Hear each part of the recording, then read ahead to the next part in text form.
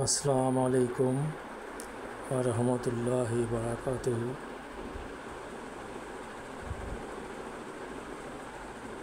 এই সেই কক্ষ যেখানে বসেন ফুলকলি কিন্ডারগার্টেন মডেল মাদ্রাসার একাডেমিক টিম।